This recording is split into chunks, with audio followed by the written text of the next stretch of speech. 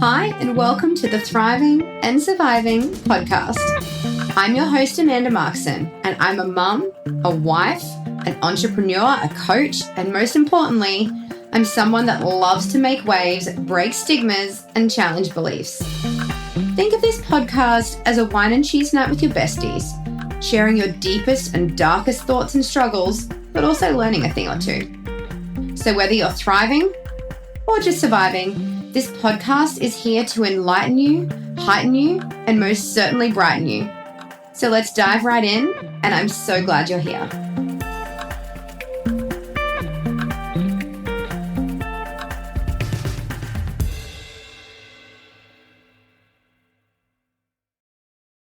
So it's weird, and That is, yeah, no, I see what you mean. Yeah.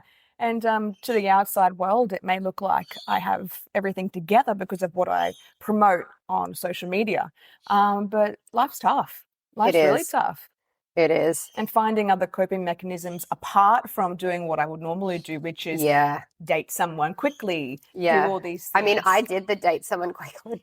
I had a relationship last year for a period, and like I knew it was too soon, he knew it was too soon, but it was like the worst phase of my life where I was like, do you know what? Like having someone with me through this would be good. And like, we're still friends now. I think I saw it on Facebook. Did you like do an Instagram, or did you do a post of him saying, will you be my girlfriend? Okay. So I have this rule. I feel like I did. So like, and I got this from my best friend. Can I please guess? Go. You're not boyfriend and girlfriend unless they ask Unless you. they propose, not just ask you. It has to be a gesture. Yeah, I'm the because same.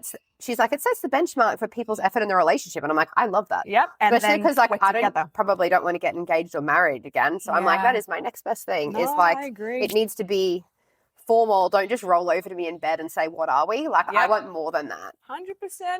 Yeah, I'm the same. But it's funny when you were talking about dating types, because I'm the opposite in the sense that I don't consistently date the same type. I date, the next person I date will be the opposite of the person before. So every second person I've dated is similar. So what was different between Tommy and your last relationship? Tommy is a very non-aggressive. I think he's raised, in 10 years, I think he raised his voice at me once early on, and I just crumpled, and he was like, wow. So like he was really good at communicating, did not have that with a partner before. He was aggressive, couldn't communicate, couldn't explain his feelings. And then Tommy was the opposite of that. Yeah. Most of them all have like that masculine sort of, like that's kind of my thing. Like I like to feel like if we're on a desert island, like you're going to be able to pull your weight here. So I've never really been much of like a professionally sort of person with what I've dated. Like that's sort of been a bit of a common trend, but normally it's like if one person's really anxious, the next person will almost be avoidant. Like it's like I opposite. So whatever was lacking in the relationship prior is what I'm immediately in the front of my mind looking for in that next one. Question for you. What's your relationship with like your dad? Good. Yeah. Good. I mean, he lived in Brisbane and I grew up in Townsville, so I only saw him a few times a year, but overall pretty good. So you're quite a secure attachment with your father. You've had a good relationship with him. Yeah. I mean, I feel like when I was younger, probably like it was a bit more like, oh, like you obviously want your parent there all of the time. So like there was probably like that underlying abandonment stuff younger, whereas like dad and I are really close now, which is good. It's interesting because through what I've been studying, we kind of look for, so some people might like a thin person with blonde hair. And right. So you look for similar sort of things. But also what you're lacking. So maybe if someone's been yelled at a lot growing up, they seek someone that looks calm. So interesting. If we're wanting to be safe, the survival instinct in us goes for the big muscly man. I think I look for people that look like they could protect me. Yeah. Like that is definitely a trend. Yeah. But it's always like the opposite. So like the person that I dated last year, for example, he is very organized. Yep. He's very like stable, secure, like like full-time job. Like he was a fiery at work as well. So like all of the things, whereas Tommy was like all over the place and like just disorganized as shit, whereas he had like calendars on his wall and I was like, oh my God, that's like foreplay for me. Because I love a good calendar and like I'm very structured. So it's always been like things that I was really frustrated with or lacking. I'm like, well, that's actually something that's really important to me. So the next relationship, I'm like, well, I need to make sure I tick these things. Absolutely. So you're going for what you felt lacked in the last one. Yeah, rather than, and it's only been up until now, it was like I lacked it, so now I'm going to find it. And I feel like I've only just gotten to this point where I've got this accumulative list now. Well, I'm like, well, my next relationship, they need more than just lacking what they didn't have. Yep. They need what was lacking in all of my relationships for me to get into another relationship again, particularly when I've got children. Do you believe in true love? No. Yeah. Not, I mean, depends what true love is, right? Like, I think in a relationship, I feel like you will go through phases of falling in and out of love throughout that relationship. Yeah. I don't think you're always going to be in love. And I think whether or not you are going to put your efforts into falling back in love with your partner or looking elsewhere, like that's a choice. Yeah. Because either way, whether it's with your partner or a new person, it's that degree of effort. So even if you're not willing to put it, like if you're going to another person, you're still going to have to date them, get to know them. Yeah. Effort, or you can choose to be like, well, I'm going to put that effort into reconnecting with my partner and falling back in love here. But I think that's a choice. And waking up every day, and especially like a marriage, and like Tommy and I together for like a decade, like it was a choice. It wasn't easy, but it was waking up every day and still choosing to pick that person. Yeah. So what do you think stopped? Why did you stop picking each other in the end? I mean, and I suppose he would probably feel the opposite, but for me, it felt like he stopped picking me. Okay. Whereas I feel like we did marriage counseling, like everything. Like I feel like, particularly when you've got kids, for me, you try a bit harder. I didn't want to leave any stone unturned. And I feel like I'm very slow to leave any relationship, to be honest. I stay far longer than I should because I like walking away knowing there is nothing more I could have done. Yep. And that gives me closure in the relationship ending, rather than, oh, maybe if I'd tried more, or if I've never had that. Yeah. The end of my marriage was quite similar, actually. I went to counselling. My ex-husband wouldn't come with me because he said that I'm the one who needs to change. And the psychologist did tell me that I'm parenting him too much, which was funny because of what you said as well, that I'm talking to him coming from why are you doing this? Yeah. Why did you leave your shoes here? You know what I mean? It becomes a nagging relationship where resentment starts to form. And after 6 months of me doing solo psychology, then getting my weight loss surgery, I just saw a different side of life. Yeah. And look, we tried so much, man. And it was in the middle of COVID as well that everything started happening. And then he loses his job. He's at home all the time as well. So there's no work. We just watched YouTube all day and there was no, let's do something fun. Yeah. And we did something similar. We tried to go out for dinner at the place we had our wedding reception. And we sat there for about 2 hours and all we talked about was Astrid, our daughter. Yeah. That's it. It was like I didn't know who he was anymore. And that was a really sad realization. Like, I don't even know you anymore. Yeah. That's but really you've seen those sad. things, right, where it says like, you meet 3 versions of your partner. There's pre-kids, there's them as the parent, and then there's them after parenting. Yeah. And it is because we change so much. And I think there was a part of me that was probably a bit pissed with the way things sort of ended. Is I had a 1 and a 2-year-old. Like I was in the thick of parenting. He was not my priority. So him not feeling prioritized, that's fair. Like I was, a part of me was like, could you not have given me some time to sort of at least get out of being in the trenches so deep? Because like he didn't when they got a bit older, we probably did 50-50 parenting at home. Like once I went back to work and I was doing shift work, he would do nights on his own. Like as far as like that goes, like he was quite hands-on compared to a lot of dads. Yep. Which was great. And that was a huge benefit when we split because the kids were used to being away from me just with him. Yeah. So there wasn't this like anxiety attachment to me in that transition, which like was good. Yeah, that's a big thing. Yeah. So I was really grateful of that. And he obviously also had that confidence then of being like, well, I've parented solo before. I think he sort of learned how hard it is, like particularly as they get older and their needs change. Yeah. So like Callie now, like we're looking at, ASD and ADHD. And so her behaviors, like it is so hard. Yeah. And he certainly struggles in that space to stay regulated whilst also regulating someone else. Yeah, that's big. That's really big. Particularly if you've never learnt these skills yourself. How are you supposed to coach little people, right? Yep. Do you do 50-50? We do 100-0 now, actually. As of last week, Oh my just goodness. because he hasn't got suitable living setup. Like he's living in his mum's shed.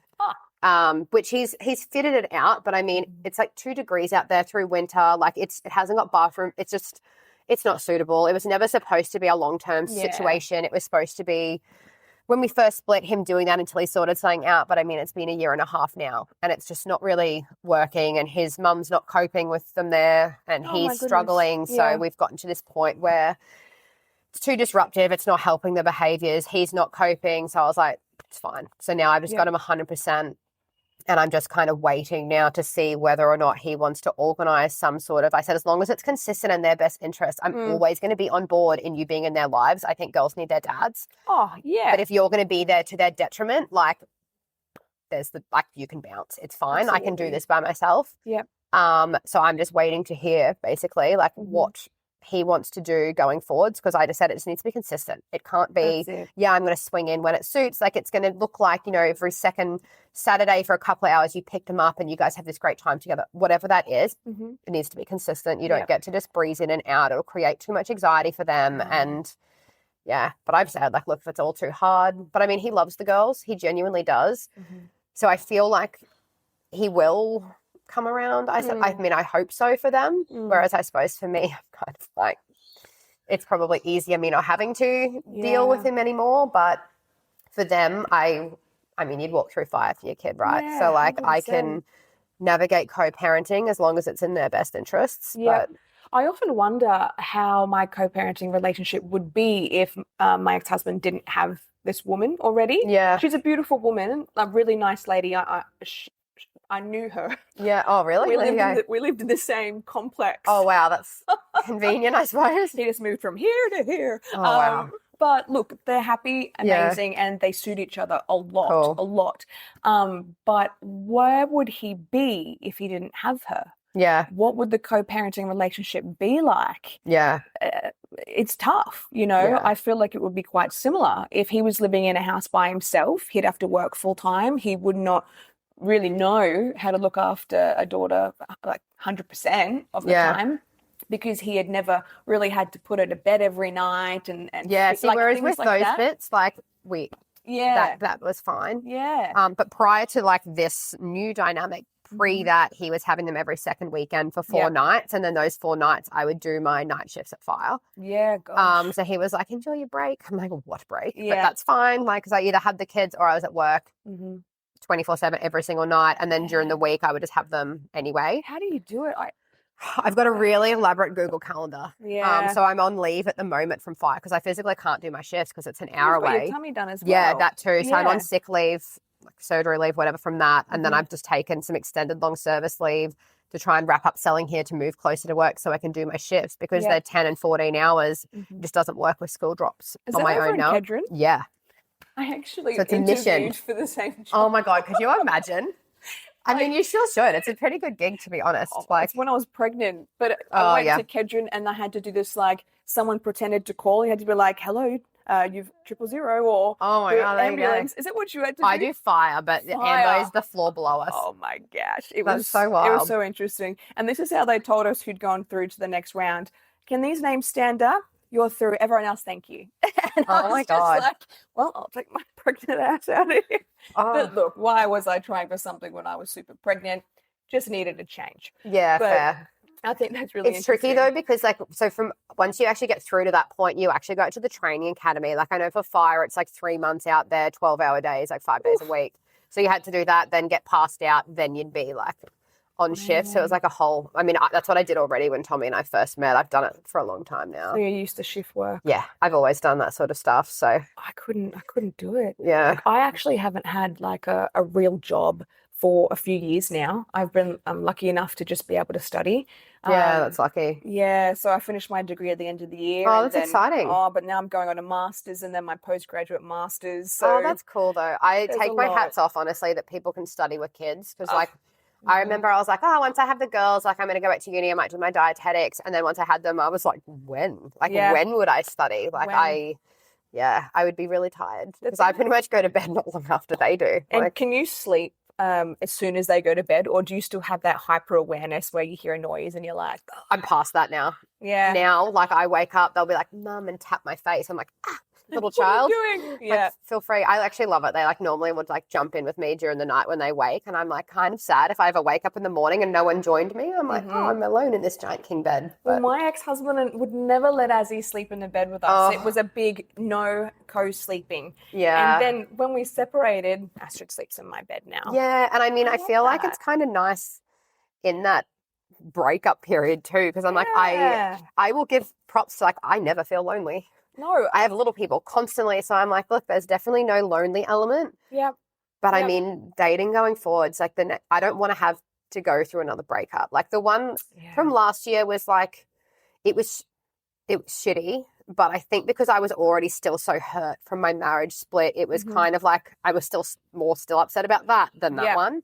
Yep. And I just don't feel like I could survive 2 of those. Like it was so bad. No. So bad. So I'm not that anyone wants to have a breakup, but the next relationship I get in, I genuinely want it to be my last. Like I don't want to have multiple people coming through the girls' lives. That's it, hey. So my tick box is like possibly unachievable, but that's okay. And my ability to date anyway. Like when? Yep, exactly. People are like, when's your next free night? I'm like, I don't have any. Yep. At all. And that's how it is going forward. Like a lot of women in our 30s now, we are in this situation where we're working full time, we're studying, we've got kids.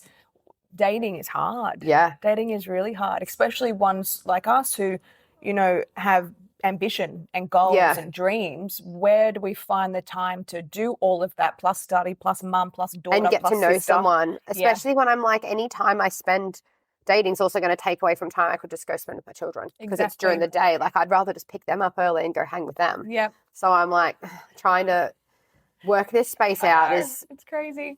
weird. Astrid said to me, Mummy, why don't you have a boyfriend but Daddy has a girlfriend? And I was like, oh, I don't know, darling, maybe mum will one day have a boyfriend. And she goes, you're not allowed. You're not allowed ever because you've got me forever. And I was like, oh, that's so cute. sweet. I'm going to be alone forever. But the thought of being alone forever used to petrify me. Yeah. Petrify me. Really? See, it's never bothered me. Oh, it doesn't bother me now. But I feel like that's because, to be honest, being alone for me is a choice. Yeah. Like, and I've always felt like that. I know that if I wanted to, I could go out tomorrow and get a boyfriend. Yep. Like I could do it. Yep. But so for me, it's a choice. And I suppose I probably have a lot of security in knowing there's no fear of being stuck somewhere I don't want to be. Because if I want to change it, I could. Yep. And I feel like the control element of that's always made me feel pretty safe because I'm a little bit of a control freak. So, but I just don't want to do that with the wrong person again. Like I don't want to get in a relationship for the sake of having someone when like this is probably one of the longest I've ever been single in my life, which is terrible. Like I've honestly back to back dated since I was about 6 years old. 15. Yeah. That's a bit more appropriate than 6. But literally, my typical style would be I would know the relationship is ending, so and then I would have someone else. I've moved from one boyfriend's house to the other. Yeah. It's like diabolical. Yeah, and we look back and we go, why? I will never let my daughters want to do that. You know what I mean? Well, I think But for me, it was how? like almost like not that I didn't have an identity without someone, but it was like it's not that I was it's like I didn't like my own company. It's like I liked having that person there for like almost like a support person. I was a damsel in distress. Yeah, I was probably a little bit like that, a little bit of victim mentality. Yeah, I needed to be saved, you know. And I don't know why, and that's stuff that I'm working through now is why did I always need to be saved? I think for me, I didn't have credibility with myself in able to get through hard things on my own. Yep. And to be honest, that's still an issue. Hence, probably a big part of my relationship last year. I was going through the hardest thing ever. I don't want to do that by myself. Yep. Like I've got a fear there where I'm like, what if I can't handle it? What if I just fall apart? What if I just drive my car off a cliff? Like, what if I'm not capable of this? And having that second person there makes me feel safer in navigating hard things. Yep. So that's what my psych's working with me at the moment is like building that credibility with myself. Like you can do hard things by yourself. And the more you do it and build that credibility, the more confidence you're going to have in your ability to do it.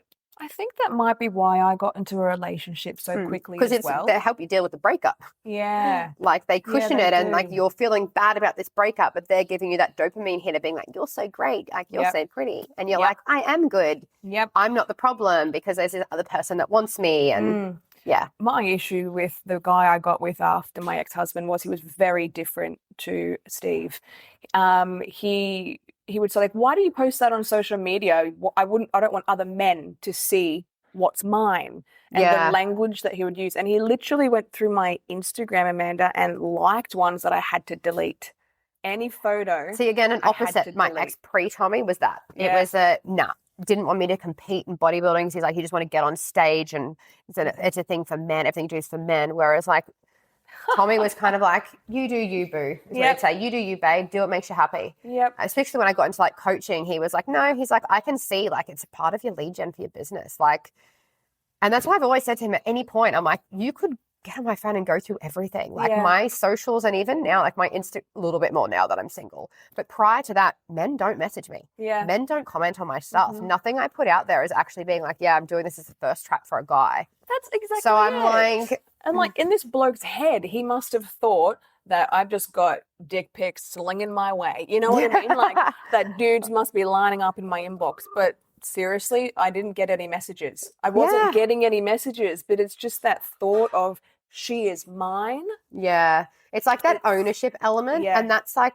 Tommy and I did navigate that a little bit when there was a period there where I was doing 5 Fault in the Mind. Yep. And he was like, oof, that male to female ratio out there. He's like, I'm not going to lie. Like, you could so easily cheat. And I'm like, babe, I could so easily cheat anywhere. Exactly. I do not need to go FIFO. Like, I could do that tomorrow in Brisbane. Yes. And I'm like, but this comes down to trust. And like, we always had pretty good communication where like we would sort of talk about all of these things. Cause like I had cheated in previous relationships and he knew that, whereas he never had. So I was like, I completely understand that you would have this stress and anxiety when I've told you I've done it a heap of times. Yep, exactly. You've been cheated on before. Yep. I get why it would be this anxiety thing for you. And like there was even a point when we married. Might have been after we were married where like we disconnected so badly. And that's where normally for me, I'm like, well, I'm going to fill my cup elsewhere. Yep. And we had that conversation and I was like, this is going to be a horrible conversation. I was like, but I have this urge to cheat on you because my needs aren't being met and I'm resisting the urge to just talking to someone else to meet that need. And he's like, and I was like, this is going to go one of two ways. Yeah. And he was like, I'm so glad that you felt like you could come and talk to me about this. That's a great response. Perfectly. He's like, let's work on it together. Yep. What can I do? Like, let's blah, blah, blah. He's like, obviously, I don't want you to do that. I'm like, well, obviously, I don't want to do that either because like, I want this to work. And we sort of navigated that space and like neither of us ever cheated on each other as far as I know. But the fact that you can voice that is pretty big. Yeah. You know, for him to not be like, that's it. She's thought about it. She's micro cheating. Like, no. So all those things. I was nervous bringing it up because I was like, I feel like this makes me sound like shit. Like being like, hey, I want to cheat on you. But no, he handled it really well. Yeah. So I was relieved. Let's have a look at the way you've said that. So you've said, I want to cheat on you. That's just what you're thinking. But the truth is, I'm not getting from you what I want. Yeah, I probably worded it a bit more tactfully than like, hey, I want to cheat on you. Hey, like basically, I gotta tell you something. Because like, particularly when you knew my back history where I was like, no, like, I don't want to be like that anymore. Like, it was all well and good to like carry on a bit in my 20s, but like, it's a bit different now. Like we're, you know, like I think I was still in my late 20s then, but particularly now, like when you're at this age, like you need to be able to navigate relationships better than that. Or at least if you can come to that point where you're like, do you know what, this isn't serving me, leaving and then going elsewhere, but not doing the cycle. Whereas I was very conscious from my dating cycle pre-Tommy was like this loop of just should have left, didn't leave, cheat, tried to sabotage, tried to not break. Like, whereas from when I got with Tommy, I was like, I'm not doing that. Like, and I broke pretty much all of my weird toxic stuff from when I got with Tommy. So like that relationship was actually like, there was definitely still stuff wrong with it, but one of the healthiest relationships I'd ever had. That's really good. Yeah. So like there was still a lot of really good takeaways from it. Like it is a shame, obviously it didn't work out. Yeah. But I feel like it made me a better partner in a lot of ways from it. So I'm basically good luck Chuck? Yes. I mean, except it didn't work out. I mean, if it hadn't, yes. Shit. But beautiful kids came from it. Yes, look. So we've got that. He did. Oh my God, Callie at the moment, like explaining to her, she's like, because she asks the hard questions. She's like, why did you marry Dad? Yeah. Why aren't you married now? Why did you make me? And I'm like, oh God. And How I remember old is she? 4. So she was asking this from 3, but she first busted it out. And you gotta be quick on your feet. But yeah, she was like, why aren't you and Dad married anymore? Yep. And I was like, we just thought we would make better friends. Yep. She's like, oh, okay. And I'm like, Christ, like sweating under the collar. Like, it's tough. Astrid asked the same things. Yeah. Like, do you and Dad hate each other? No, darling, we don't hate. I love your daddy very much because he gave me you. But are you married? Like, why have you got a wedding photo of you and daddy? Which, of course, I've kept because that's my daughter's story. Well, she asked to watch our wedding video because we're on YouTube and it was like my YouTube channel. And she's like, and I was like, oh, God, this is going to be fun for me. And like, this was, God, it was earlier on. It was, no, maybe it was early this year. And like, I'm trying to keep it together because I'm like, oh my God, I'm breaking my own heart watching this shit. But because like, I feel like it's going to take me a long time, I think, to be completely over that. Are you hurting still now? Oh, yes. But it's not at a point where, like, if 6 months ago, I wouldn't have been able to talk about it without crying. Whereas now, like, I'm still at a point, like, I can discuss it. I think it's just a big part of it is, like, disappointment. Like, I'm really disappointed. We were sold on the dream. Yeah, and I think, like, honestly, the accident that he had changed a lot of things about him as a person. Yeah. And I think I really held on to the old him that didn't exist anymore. So the different version didn't match you. And then this narrative of if he loves me enough, he will get back to that. I understand. Yeah. And like, even though really it's not even about me, but like I obviously made it about me. And then every time they're not, you feel like they're not picking you and you're not enough. And that was this cycle that I got into with him is like, if I give more, if I do more, if I love you more, I'll be enough for you. And then you'll fix these things that are ruining our marriage. I think that's a very common thing. And let's ask all the girls, all guys out there that I feel like this is very common because it's similar with my ex-husband and I. When we met, he told me he's into traveling. He's into doing all these crazy things. I met him in England. Because you love travel. You've traveled a lot, right? Travel is my life, you know what I mean? When he came to Australia to meet my family, he didn't want to go on a ride at Dreamworld. And I was like, oh, you pussy. You know what I mean? Yeah. And I said, hey, well, that's weird because you've told me that you're really adrenaline and all this kind of stuff. But then I fell in love with the kind, the calm, we're going to do this together. We're going to do this. I do want to do this. And then none of it happened. It became this like safe space, but I felt so loved, so very loved, so very worshipped. And then that all stopped. The moment that we had a child, COVID hit, I wasn't his world anymore. Yeah. And it became a friendship. And so I was the same. I was like, I want to go back to when you desired me. Yeah. And look, it's not about sex. The sex life, I was the one who didn't want to have sex. And it was, he was lovely. You know what I mean? Our sex life would have been good if I didn't say no so much. Yeah. And he would ask, why don't you want to do it? And I wouldn't have an answer. I would feel ugly. I would feel not sexy. So I would think, look at me. Why would you want to fuck that? I feel like that's probably very common for postpartum mums. Yeah. Because you're in this body that's like, you're like, oh, like so much has changed. Yeah. Like, are you thinking, like, are you looking at my stomach wobble? Like, are you looking at my stretch marks where like, it can be challenging to like kind of feel yourself again. Absolutely. After like our sex life disappeared and then he needed something else that I couldn't give him. And I guess in his eyes, I changed. Yeah. We went from having a beautiful sex life to having nothing and him having to beg for it and me feeling bad and giving in. You know what I mean? And that's a bad dynamic. And like this is where Tommy was real because I have a lot of triggers in sexual space. So like it is hard for partners. It's not hard, but like I've really got to give them the playbook so that they don't do the wrong thing in that space. But Tommy was really, really good in trying to make me feel comfortable with saying no because otherwise if I feel like, and I panic pressure, but then I feel terrible after and he's like, I never want you to say yes to appease me. If you're not all in, please be out. Yeah. I'm like, okay. So like he was pretty good in that space, but I mean, we were never sexually compatible to begin with. Oh, okay. Whereas my relationship before, that was the only thing we had going on. Yeah, it's interesting. Because it was this high-low toxic thing. Like we were so sexually compatible. But then when that was then missing, I was like, well, this might not be there, but he's nice. He makes me feel safe. He ticks all of these other boxes. Maybe that's not that important. Yeah. And like now I'm kind of like, I need both. Yeah. I need to be emotionally compatible. I want our goals to align. I want to be sexual compatible as well. So like the relationship then after Tommy was, again, incredibly sexually compatible. Yep. And I was like, oh my God, I didn't even realize how much I actually missed this. Yeah, okay. Because I got to a point where I was like, it doesn't matter, bottom of the priority list, like who cares? Particularly when she got kids, I'm like, it's easy to kind of just like it to be the thing that falls by the wayside. But yeah, going forwards, I'm like, nope, that's actually important because feeling that connection with that person, like that is kind of what sets them apart from being your housemate and your friend, is that intimacy that isn't just in the bedroom. It's the little things. And I think this is where men, I think, can drop the ball a little bit, is for me, like that intimacy that's really important. It's when it doesn't have the intent with sex behind it. Hell yeah. Where it's like all of the things in between, that's the foreplay. Do like, you know what your love language is? Quality time. Mine is acts of service. Oh, yep. So notice how we're both not physical touch? Yeah, no. Well, I mean, You know I feel what I like a lot of females aren't. I feel like that's very common when you ask men, though.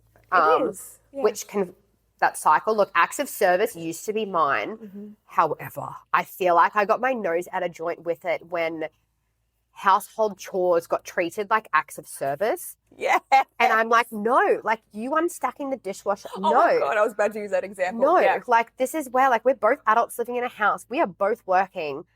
The household stuff, like you don't give me a gold star that I've done the washing. Why are you expecting me to praise you for doing our equal share things? 100%. But that being said, like, you know, he used to make a cup of coffee and bring it and put it next to me every morning. That counts. That's acts of service. And like that was probably like one of these big things where I was like, it's something small, but it means a lot to me. Yeah.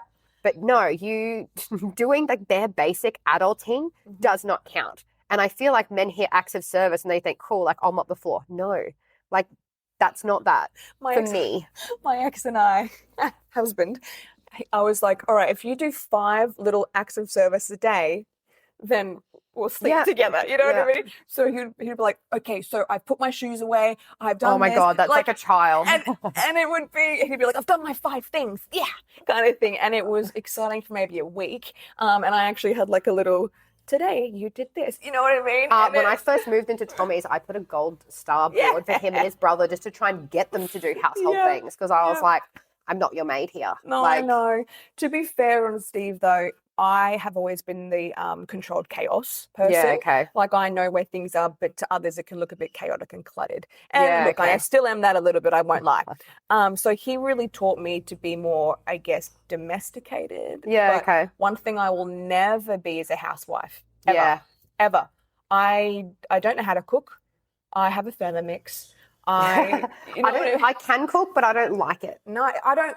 It doesn't give me joy. No, I don't have joy cleaning. Or baking. I'm like, like I try and do it as an act. No, I do not like anything in the kitchen. Yeah, I don't even own an iron. Like I'm not. But that being said, household duties to maintain a household. Like, do we split that? Like when you've got a partner, do you split it? Yes. Yes. But I just thought it was funny that honestly, the only thing that changed when Tommy and I split is I started mowing. Yeah. Well, that's and to be fair, it is my favorite chore. Yeah, you get to listen to your music. I get steps. I get a tan. And I was like, I've been robbed all this time that you got the best one. Yep. I wish we could have swapped. You stay inside with the kids. I'll go push a lawnmower around for a couple hours. Like, and the cars? Did he do the cars, or did you more do the car servicing and looking after them? He never serviced his car, but I always organised my own servicing. But as far as cleaning them goes, we would take them to someone else to do. Yep. Yeah. And I mean, we had a cleaner. So when we were first together, he was like, didn't want to do his chores. He's like, I'm going to get a cleaner to do my share. And I was like, his share. And I was like, that's not a bad idea. So I was like, well, I want a cleaner to do my share. So then like we ended up having like a cleaner once a fortnight, which was good to do the stuff like bathrooms, like the things that no one wants to do. Yep. I'd probably continue that. So one day I'm going to have a house for me and my daughter, and I probably will hire a cleaner. I do.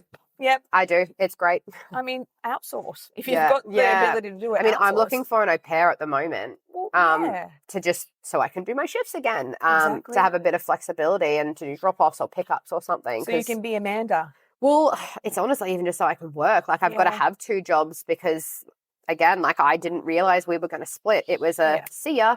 And then all of the financial responsibility suddenly became mine.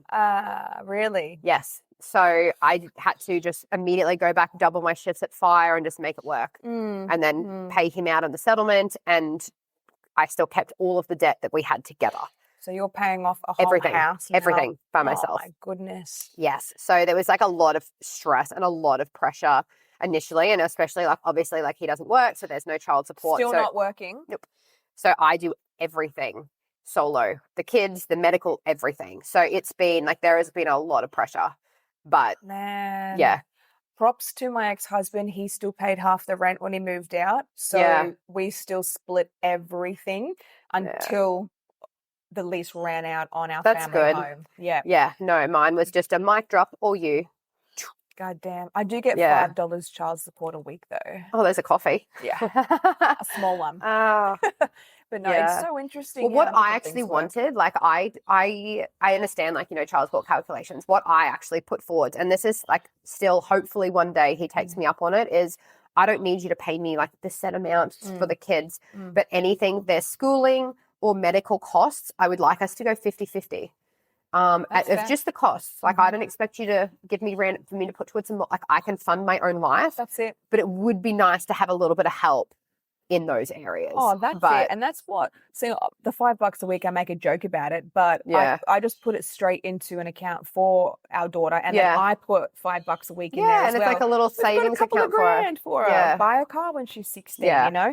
And I think as well, like, even if I was entitled to $300+ I wouldn't, I don't need that, you know what I Yeah. mean? And I believe, like, yes, 50-50 is good, you know? Yeah. He has a 50% of the time, I have a 50% of Yeah. the time. We can afford that. Yeah. You know what I mean? You Well, I make it mean, work. that's where it's been tricky though, is because I have them, it was 100%. majority of the time and now 100. Not only do I not get any help, but my ability to work is also limited. Yeah, that's so I tough. feel like I'm double handicapped That's tough. in that sense, because like I'm great at making money when I can go make money. Yeah, that's Whereas when I physically can't take shifts or take overtimes, I'm like, like it's yeah, it's that bit is a frustrating bit. Like I've never held any resentment for him ending our marriage. Like if anything, I feel relieved because I knew it was the right decision and I couldn't bring myself to do it. And I feel like by him doing that, I didn't have any guilt. Like him doing that meant that I got the outcome I knew was the right outcome, but I just didn't have the responsibility and guilt from being the one to do it. I understand that. So like that part, totally fine. But the lack of co-parenting teamness that I genuinely was expecting from him, that's the bit that, like, I'll be honest, like, I'm just so disappointed and salty with, but, like, And what can you do, you right? stand for your girls too. It's not just like you're not getting the help. Honestly, if he ends up just being Disneyland dad once a fortnight, they're probably not going to feel the brunt of it, which, that's fine. I mean, maybe when they're older, but they'll still get that best fun version of him. And when he is great at being fun dad, great at it. Just not the other bits. Yeah. So like, and I want that for them. Like I want them to feel like their dad loves them and their dad's, you know, there for them and wants to spend time with them. Like I want that. So like I'm trying to facilitate that.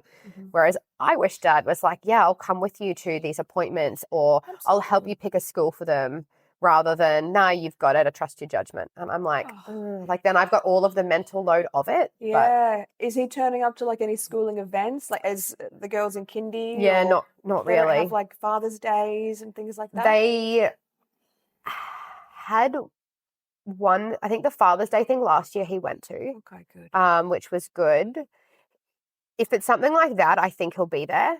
But I mean, for the girls or for himself? Look, I'd like to think it's for the girls. Yeah. But some things that I feel like he absolutely should have come to for their best interests, I've had to do solo.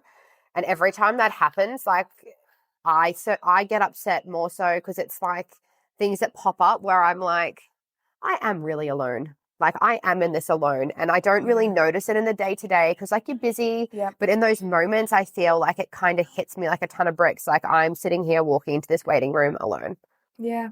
Like, which, yeah, it's not what I expected. Like I was not surprised our marriage didn't work, but that part definitely took me by surprise.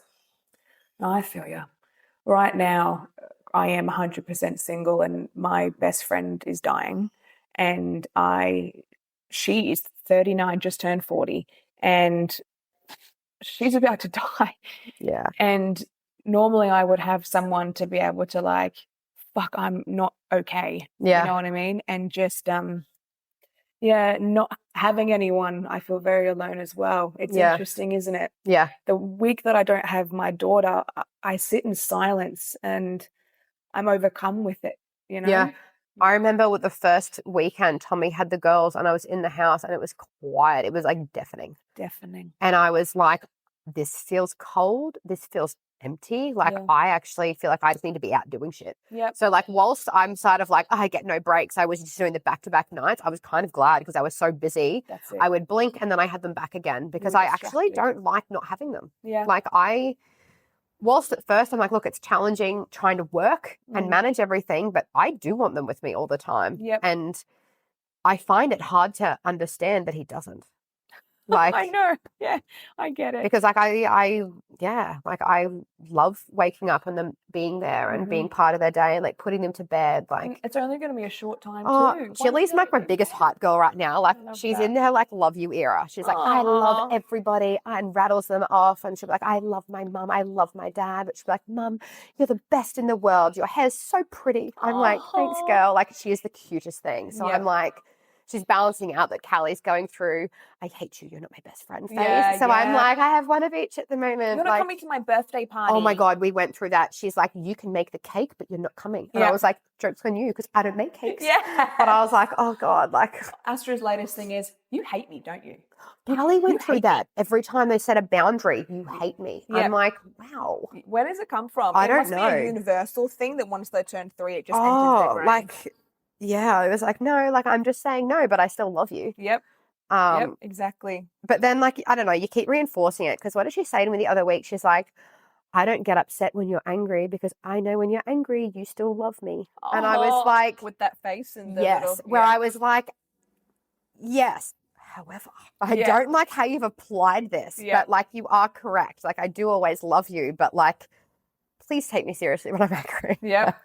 Oh my gosh, the things that come out of their mouths. Literally, Astrid said to me a couple of days ago, hey, Mum, did you know that I'm the boss of myself and you're not the boss of me? And I was like, where did you hear that? She's like, that's what my friend at school told me. And I'm like, your friend's wrong. You are the boss of yourself, but until you are an adult, I know what's best for you. Yeah. So I try and teach her a lot of body autonomy. Yeah, we do the same. Yeah, and that is good. But like for making choices, I try to explain it because Mummy studies the brain. Your brain is very little at the moment, and it doesn't have the ability. That's a good to one. I feel like feel I need to no. broach that with Callie to be Yeah. like, I mean, I You try and gotta tell your include her, brain. and I've never been like I'm the adult, you're the kid, you don't have an Yeah. opinion kind of thing, where I'll be like, look, let's talk about it, and like, Yeah. we'll unpack it, and like, because I feel I like I'm an honestly, adult. well, I particularly like, not so much now, but like, say when they're teenagers, Mhm. I'm going to let them be the expert on their body and their feelings and what they want. And Yeah. like, there will be a degree of like,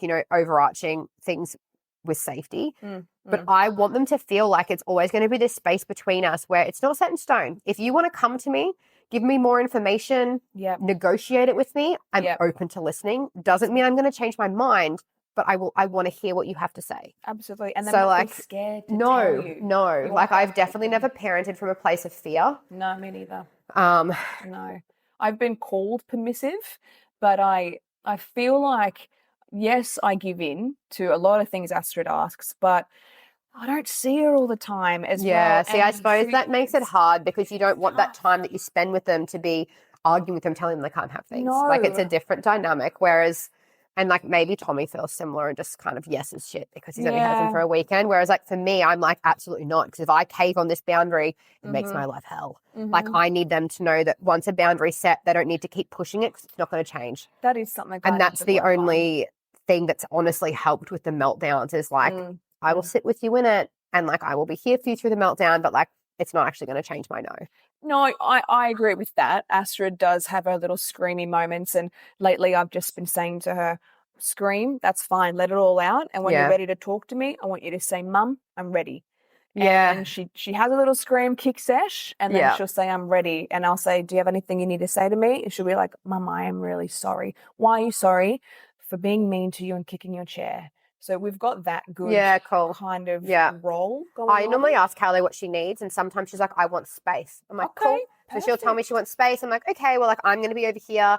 if you want me and if you want hugs, like I'm here with that. Otherwise, like I'll let you have space. Or sometimes when she was younger a bit more, she'd be like, no, I want hugs. I'm like, cool, come here. Like, whereas now it's usually like, I want space. I'm like, okay. She's like, I want to go to my room alone. I'm like, that's okay. So she'll go to her room and then she'll normally come out like after half an hour and she'll be like, I feel calmer now. I love that. When Chili has a meltdown and she'll come up to Chili and be like, it's okay to be angry, Chili. I'll do breathing with you. Stop. I'm like, oh, God. That's so beautiful. Oh, they're funny. Are they both very different? Opposites. Opposites. Like Chili's very calm for the most part, like easygoing, independent play, just easygoing. And Callie's is like intense, big personality that's just, she's like a mini Tommy. It's wild. Wow. Like all of his, but I mean, he's ADHD. It looks like she is too. Like they've got a lot of I didn't know that. similarities. Yeah. So I'm like, I see all of this. And like there's autism in his family. So that's why like they've kind of been like, well, like monitoring that sort of stuff with her too. Whereas like very different to Chili. Like that's one of my big regrets is not having a second child. It's fucking hard being outnumbered, I promise you. Like as a single mum with two, I couldn't. It's like there's no like divide and conquer. It's I'm being torn in two places. I'm running here while stopping you from being hit by a car. I can only get one person's activity at a time. I'm trying to stack everything. Like even just appointments and stuff, like everything is double. The expense is double. Like it's harder. Like as a single parent, I'm like, I mean, obviously I would not change having two and I love that they have each other. That's so like I wouldn't change it, but is it a fuckload harder? Yes. I see Astrid is very much like myself. Yeah. And I really wanted to have another one to see 50-50 genetics, 26 chromosomes each. Like how would it be? Yeah. But Chili's definitely more like me and Callie is like this mini Tommy. Like that's so interesting. That's why like when she's dysregulated, I'm like, I thought you'd be better. Like she's like you. Like you can relate more to like her behavior than what I can. Like she's at a different frequency to me. Like I'm far more chill. Yeah. Whereas like she's just powers. Oh my Christ. Like I really hope that he can be in their lives more. Me too. It would be good to have a masculine kind of father figure as well. Yeah. It gives you a little bit of peace as well to be able to. Well, especially for me, like, you know, it's someone that I trust. Like I know he loves them. I trust. Yeah. I don't have any anxieties when they're with him being like, I mean, look, we have different thresholds for safety activities, I suppose. But I mean, no one is ever going to parent exactly the same. And like we've got different parenting views in some places where we're never going to be perfectly lined up, but it's usually within like that acceptable range kind of thing. And then how hard is it going to be when if we actually find a man? Oh my God, my checklist is insane. That? But like incorporating a man into the girls' lives. I mean, well, that was the tricky thing. Like when I obviously had the relationship last year, like Chili did her first steps for my ex-partner. And like they're still really close. And like him and I FaceTime a lot and she'll be like, oh, Brent. And like they're still really close. That's good. So like he's still around in their lives. Like I'm still, and he's got children. Like his daughter messages me. Like we're still in each other's lives, like in that space. Was it nice that he had kids? Do you think that was good? So I think I'm Switzerland on this because there is pros and cons both ways. Yeah. I like, if they have children, I now have a whole other checklist of, okay, what kind of parent are you? How do you handle conflict? Because now I've got something to judge on. What if the kids aren't in his life? Unless it's a very good reason, and I would probably need to confirm with the ex, to be honest, because if a guy said like, oh, she just took them away from me, I would be like, women don't want to be single parents for no reason. Yeah. No one wants to do it on their own unless there is a good reason to. So to be honest, like I probably couldn't. Or if they, you know, had kids they didn't pay for, didn't see, absolutely not. Yep. I would, if they weren't 50-50, I would be like, why? Yep. Like, why has she got more responsibility than you? Yep. But I like that they get it a little bit. Yes. Like I don't think a man will ever, my opinion, I don't think a man will ever get it to the extent a mother does. It is different. We grow them, we birth them. Usually we have spent more time with them. We have more responsibility from it. So I don't think they will ever understand my experience as a parent. We're running on different neurotransmitters as well. There you go. It's literally brain chemistry. It is different. Yeah. But do I think they've got a better understanding than people that don't have kids? Obviously, absolutely. Yeah. Whereas when I casually date, and I go between, like, I don't mind. It's just tricky. If they have children, there's this extra degree then. So that's the pros. But then there's the degree of, well, when are we going to meet up around your schedule, Yep. my schedule? You've got children to consider. I've got children to consider. You don't normally mingle that until like things are serious. So, okay, when am I going to see you when you don't have your kids? That fits into one of my minute gaps where I don't have mine because I always have mine. Yep. So it's navigating that space. Whereas a bachelor, a single, they're flexible. Yep. They just slot in with me. And when I say I'm really busy, they're like, don't worry, I understand. I'm like, you really don't. But like, but that's okay. Like I can appreciate you think you get it. And I appreciate that you're being understanding in this space. But like, there is no universe where you get what my life actually looks like. No, but that's okay. That's the thing. Oh, hello, Jelly. Oh, hello. With my most recent ex, he did have children that he wasn't in their life. Yeah, okay. And I got the whole, she took them away from me story. I just don't trust men in that space, to be No, I honest. get Like it. unless I spoke to her, and which would be creepy and weird. And I feel like most guys, if they were like, oh, like this chick you've dated called me out, I don't know. Like it would have to be a thing, but that is probably the only way. Like I would need a reference from her to be like, look, he's not a piece of shit. Yep. Otherwise, and look, I know that there is absolutely scenarios out there where there are willing dads and the women does take them away and not let them see them for child support. So I'm not saying that doesn't exist, but I would need something more than their word. Yep. Like I agree. Particularly because I am sure that Tommy's version is like very different and like initially sides to the truth. Literally, like my experience, his experience, it's usually sort of somewhere in the middle. Yeah. But I don't mind if they have kids. It's just different pros and cons each way, I think. I feel you. I think I would like to date. I've never dated a man with kids that are in his life. Yeah, okay. So I think that would be interesting to navigate. It was, particularly because not only are you building a relationship with him, but you're building that relationship. There's more at stake. You're going to be a stepmom, basically. That's the end. That's it. And I mean, if we had moved in together, suddenly it's like 4 children. Yep. Because he had them 50-50. Yep. But it's also like for me, I'm like, well, I want to take this sort of slow because I don't want to get connected with them and vice versa. And then them feel like I've left them too. Exactly. So like once we started mingling our children, I ended up saying like, look, your daughter, like particularly like his daughter, because she's just turned 13 the other day. And I was like, look, she's at this age, like we're building, if we're going to continue this, like we're going to have to stay friends after because I'm not going to let her feel like I've abandoned her now. Yeah. So like, are you going to be on board with that? And he's like, no, that's fine. So like I was around his place Monday, just gone helping him redo her bedroom for her birthday as a surprise. So like we still help each other a lot in that space. Yeah, that's really good. But yeah, I was like, nope, like if I'm in this, like I'm not going to be hurting little people's hearts. Exactly. So we need to navigate this. Yeah, no, I think that's really admirable as well. Like you consider everybody, not just your feelings. And I mean, obviously like my kids' feelings as well, but like also theirs. Yeah, exactly. I would have loved to have met my ex's kids, but like he literally moved up from Sydney to be with me. I didn't know he was going to do that. Yeah. It was just, I'm doing this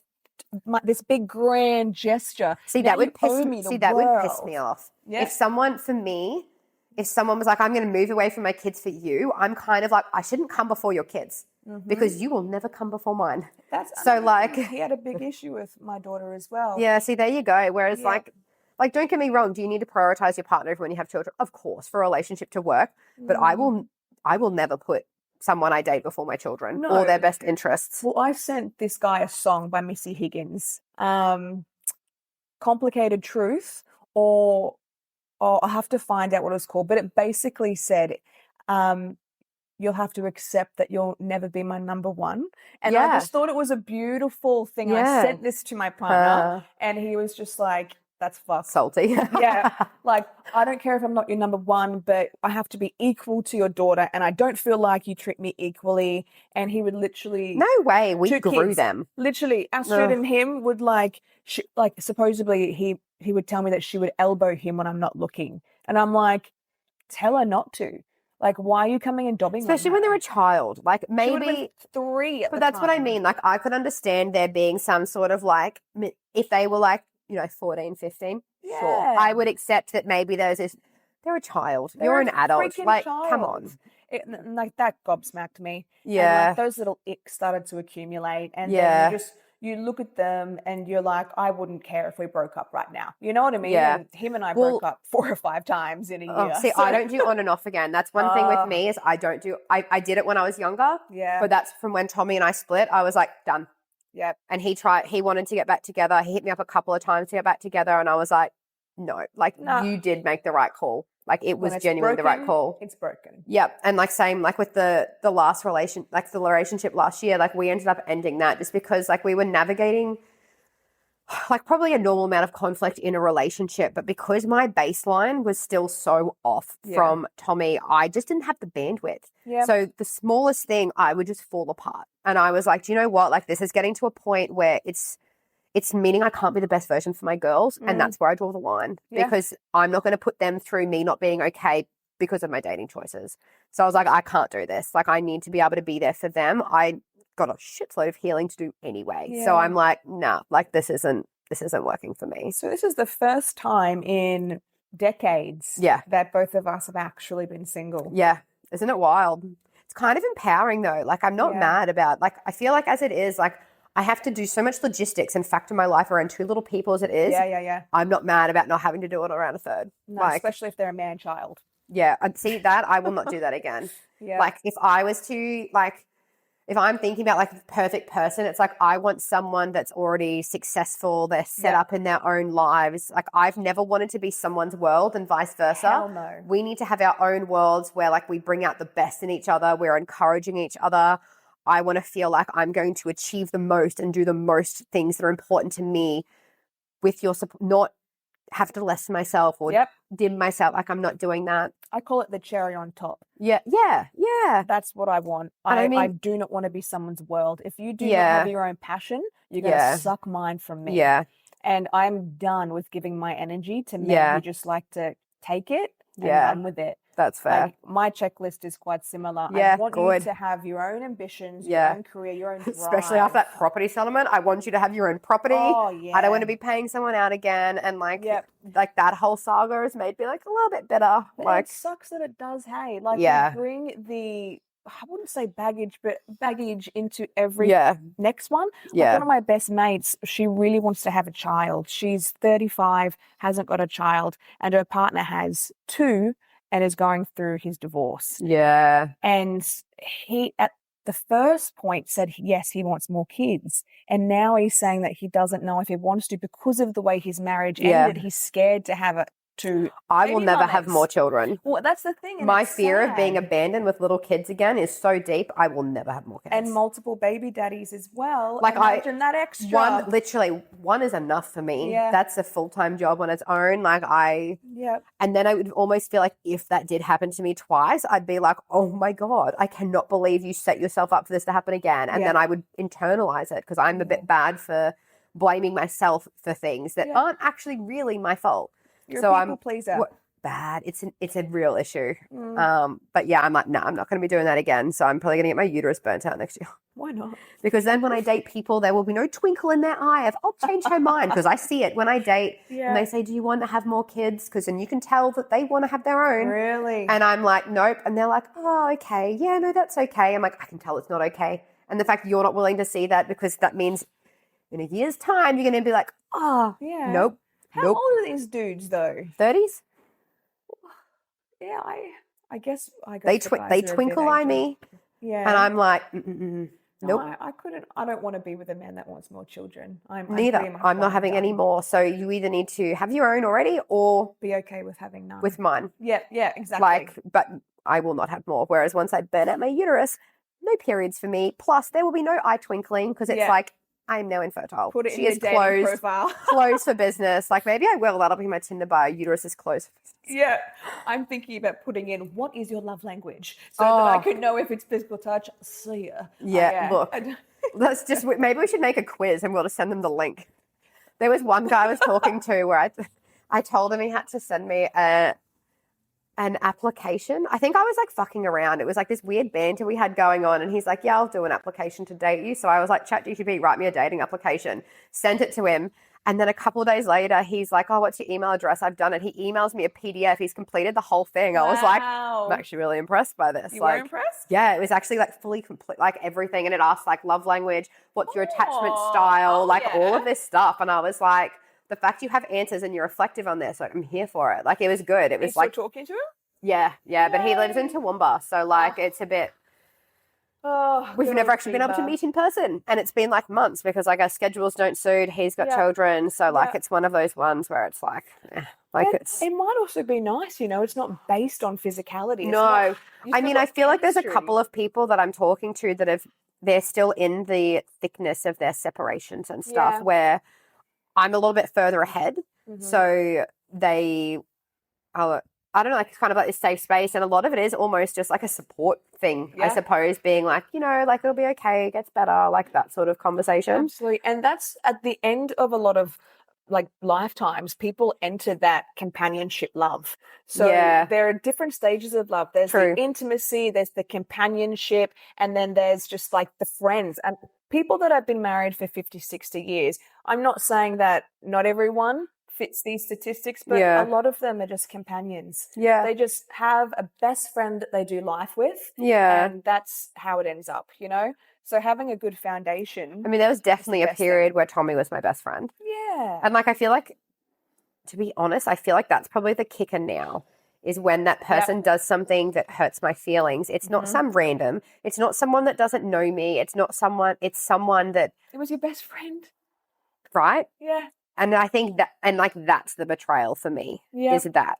I remember last week I called my ex-husband because of my best mate Crystal, and he was just like, "Oh yeah, yeah," and I was like, "Oh, I'm sorry, you were my best friend. I forget I'm not allowed to talk to you about these things anymore."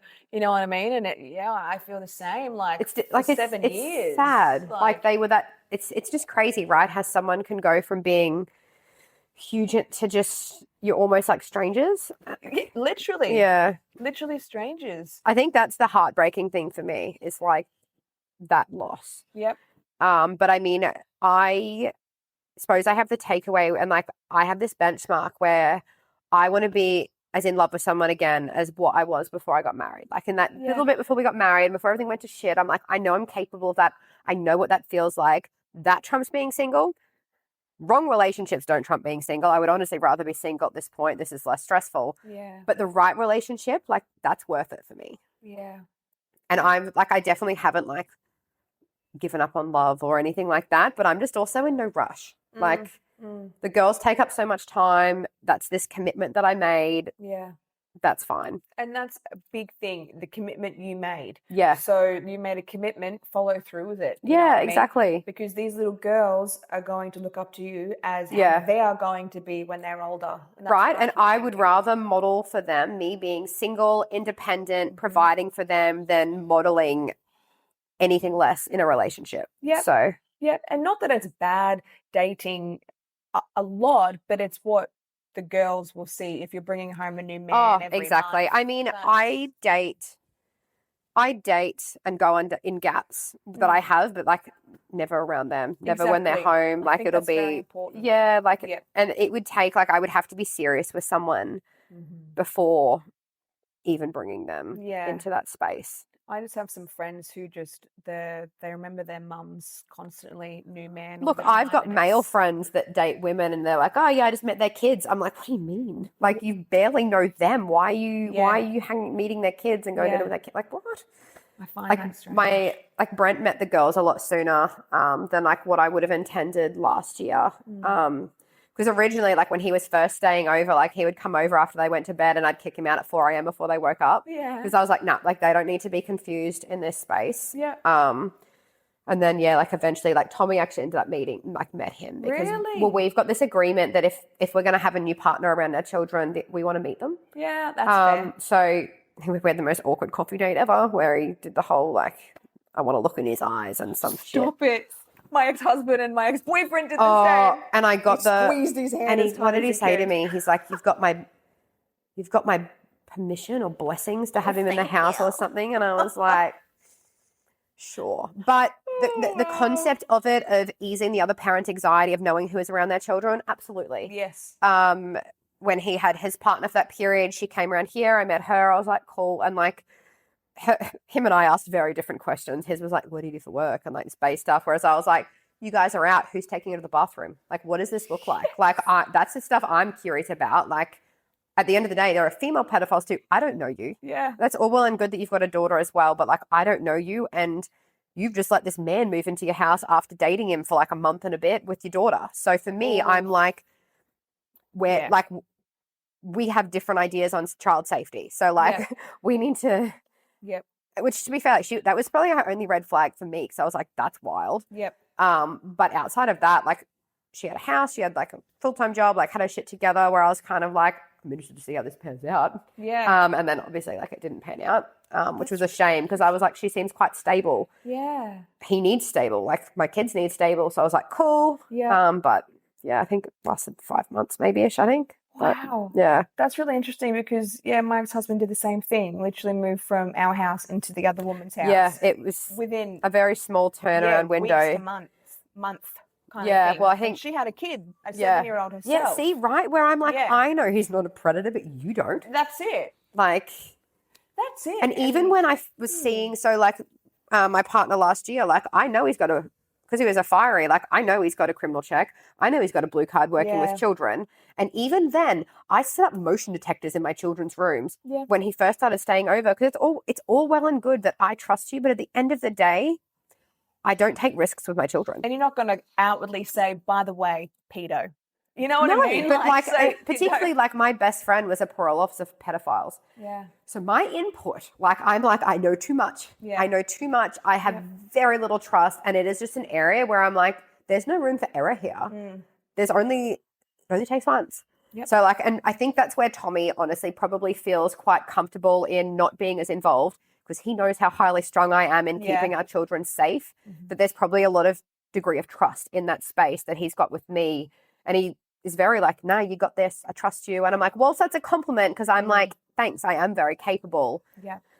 It is also a bit of a offload of responsibility, but I do appreciate the trust that he has in that space on my ability to be their mother, I suppose. Like if I'm going to silver lining the situation, but I think that my ex-husband has, because of how toxic my ex relationship was, I just found out a couple of days ago that my ex and I broke up a couple of months ago. He went to my ex-husband's house. Literally because I didn't want to be with him anymore. He went to my ex-husband's house and he told them how bad of a person I was. And that's been unhinged. If they ever want to go for full custody, he will write them a declaration. And I was like, all because I am not going to continue the toxic roller coaster. And I actually said, I mean, that's a really good way of knowing you made the right decision, right? Holy crap, who does that? Yeah, that's rough. But also I was very upset that my ex-husband allowed this man into his house knowing how toxic it is. And then you just spiral and you think they're all against me. What are they planning? Are they going to try and take my daughter? You know what I mean? Would be, It's just terrifying. It's just, it's been terrifying. That is.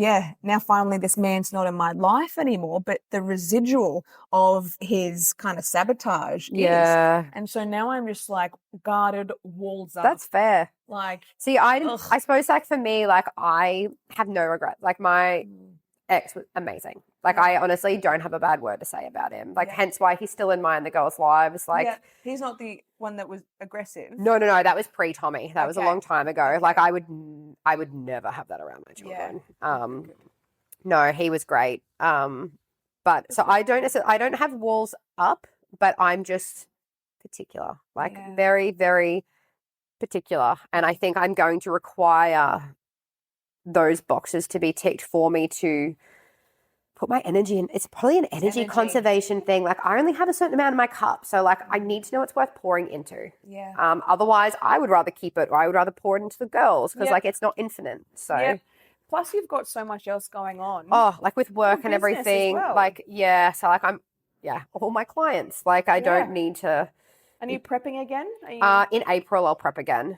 So then again, like that's a whole thing. And particularly, if you're dating people that don't really understand that, like it is a very selfish sport. It takes up a lot of time. So I would find that endearing though, that you have like put so much of your heart and soul into it. Like I would find that amazing. When I prepped last year with my ex, he was great because he was like, he wasn't used to it, but like, he's like, the only time I can see you is like we'll go for walks so you can hit steps. Yeah. And like that was half of our dating was just walking. Yeah. And he was like, that's okay. Like, I don't love it, but like I get to spend time with you. So like he was good. He organized one date where he literally like had all of the food weighed out with all of my macros and everything. And I was like, bless. So I'm like, that's so sweet. Like where it was the most, like it was just a simple date, but I was like, the thought that has gone into this, like I'm all about the thought and that's the quality effort. time. Yeah, it is like, yeah, which made it tricky in our relationship, me being in prep, because like I couldn't go away and just do a lot of the things you'd normally do, like going out to dinner and stuff, like a lot of those quality time things. I either didn't have the time or it's so much stuff's around food. Yeah. So like I didn't really want to do that because I'm like, I'm starving. I don't want to go sit at a restaurant and not eat. So like, why don't you get back with him? Look, my best friend asked the same thing, to be honest. You have a lot of positive things to say about him. Look, he is wonderful, but our attachment styles are a bit different. Yeah. And my best friend describes me as an anxious attachments person's worst nightmare. Okay. Where like I am, the way I put my life out publicly, like the different sorts of friendships and backstories I have, like I'm friends with lots of exes, like people that have romantic histories, like I'm very open. You really need to be able to trust me and be secure to not be anxious about the way I live my life and the people that I have in it. My ex, exactly. Yeah. Yeah. So it was a lot like that was sort of like, I suppose, a big part where we weren't really seeing eye to eye. Yep. That being said, like I feel like it is sort of a bit different now, but again, like I'm that, like once I flicked that switch, like you're done. I can't, like I just commit stuff in my head where once I've let go of something, like I don't really circle back. No, that's fair. So which is a shame. I feel like if timing had been different, maybe that would have panned out very differently. Like I think it was terrible timing for me, but it also, he was a huge part of how I got through that year. So a part of me is, I'm like, I actually wouldn't have wanted to have done that year without you. But like, yeah, it probably wasn't the best as far as having like a successful relationship. Yeah, but, something that is longevity. Yeah, it's interesting. The levels. Right, like you can always have like right person, wrong time. Yep. Like Mr. Right now. Or you know, wrong person, right time. Like so I think it's finding that balance. It's not just the person, it's the timing. Do you believe in soulmates? Was Tommy your soulmate? Nah. I don't think there's one person in this entire universe that I'm supposed to be with. Yeah. I think there is a lot of people that I would be really compatible and happy with. Different times of your life. I believe we have that multiple too. soulmates. Yeah. I mean, if I met Tommy now, I wouldn't date him. Yeah. So yeah. Now really. I value, stability for one. Yeah. Like that one's a huge one for me where I'm at in my life. Whereas, I met Tommy when I was 25. I was like, yeah, whatever, like reckless. Yay. Yeah. Like, let's just, whereas now I'm like, no, like I need to feel safe, not excited. Yes. Like different time of your life. Yeah. And a lot of the time we mistake like dysregulation and cortisol and dopamine as attraction. You know? We're like looking for that hit of the drug. And that's what we build and relationships on. I think I thought Tommy was stable because comparatively from my relationship before, it was. Yeah. And I remember it would have been maybe 6 months in, I was like, oh my God, I'm so bored. There's no conflict. And I'm used to the highs and the lows and we would just chill. Yeah. And I remember we had our first big fight. I'd like slammed the door and I'm like lost it. And I went and stayed at my friend. It was this big thing. And I went back the next day thinking like we're going to be into it. Yeah. And he was like, oh, like, do you want to sit down and talk about it? I'm like, what do you mean? Like, what? And he's like, well, tell me what I did that upset you so we can talk about it so I know not what to do next time. And I was like, I've never had this sort of conversation before. Yeah. Like, I'm on the back foot, but I was like, damn, okay, like, well played, sir. Yeah. So, like, he actually was kind of in that space where I was like, I've wanted this, I've just never had it. So I was like, okay, like, is this what this looks like? Is this how we, because we've never name called, we've never yelled at each other. Like, towards the end, I feel like he told me what I wanted to hear. And there was a lot of certain issues with, actions following through with promises. But I mean, back in this early bit, like our communication was something we always valued in our relationship. Yeah, I like that. Yeah. But I had this thing where I was like, oh my God, what is wrong with me? Like, why am I bored? Why am I looking for like that drama? Yeah. And like my psych was like, that's because like you're most comfortable in chaos because that's all you've experienced. Yep. So for you, even though it's bad, it feels safe because it's familiar.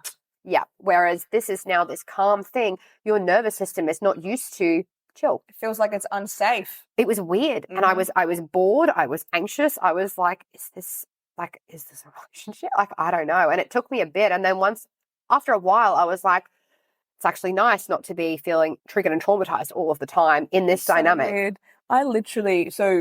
I told you before, but I'll just say it again, that you inspired me yesterday to start my own podcast. So Mallory's also started her own podcast, so plug it. It was random. So what was it? Mind on Trial. Mind on Trial. Yep, there we go. Literally, the episode that I recorded yesterday is about dopamine loops. And what Amanda just talked about is the imprint loop. There you go. Literally, where we chase what we're familiar with and we constantly get bored when things are stable. Yeah, that was definitely so me. Interesting that Whereas you just now said that. I feel like I'm the opposite. As soon as things feel chaotic, I'm like, no, sir. My nervous system, I cannot go through. Like, I cannot. Like, I'm working to bring my anxiety levels down, not bring people into my peace that are going to make it worse. Like, I just can't. But we wouldn't have been like this 10, 15 years ago. No, I was the chaos 10, 15 years ago. Yeah. So. And I'd always wonder, why haven't I never had a relationship for more than 12 months? Like, literally, I never had a long time boyfriend. All of mine are long. Yeah. Oh. Like, I've done like 3, 2. Tommy was, 9? Like, mine are all long. Like, I was engaged, the partner before Tommy, I was engaged. I'd been engaged in a relationship before that. Wow. Like, I've always had long, committed relationships. Not me. So mine was just 1 year, 18 months. But remember, I've never been single. So true. So you've probably got quite a collection of Oh my gosh. And I think that can intimidate men a lot as well. Because why hasn't she been able to have a long relationship? And mine get to the whole, everyone keeps proposing to you. Why? Yeah. I'm like, what can I say? But no, it's true. Like, obviously you're a catch. Yeah. I mean, I think I am, but. Well, obviously you are, you know? True.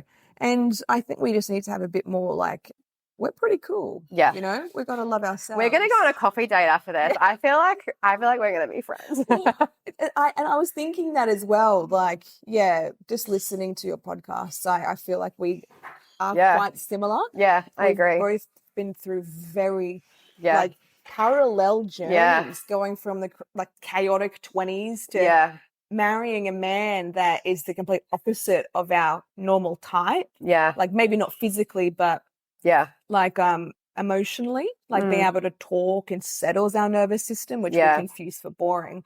And then we go for someone that is more chaotic, that brings up our, you know, levels again. And now here we are, both single with 2 kids, trying to chase the dream. Yeah, literally. Yeah, it's very interesting. It is. No. It is. Well, how long are we going to? We're going for ages. We're probably going to split this into 2 episodes. God. 2 episodes, but this has been really good. I really appreciate you coming out and coming on. If people want to find your podcast, you're on Spotify? Yeah, I just released this morning, actually. Amazing. Really, so it's just Mind on Trial. Amazing. All right. Thank you guys for tuning in, and we'll get you in the next episode. Thanks. Ugh.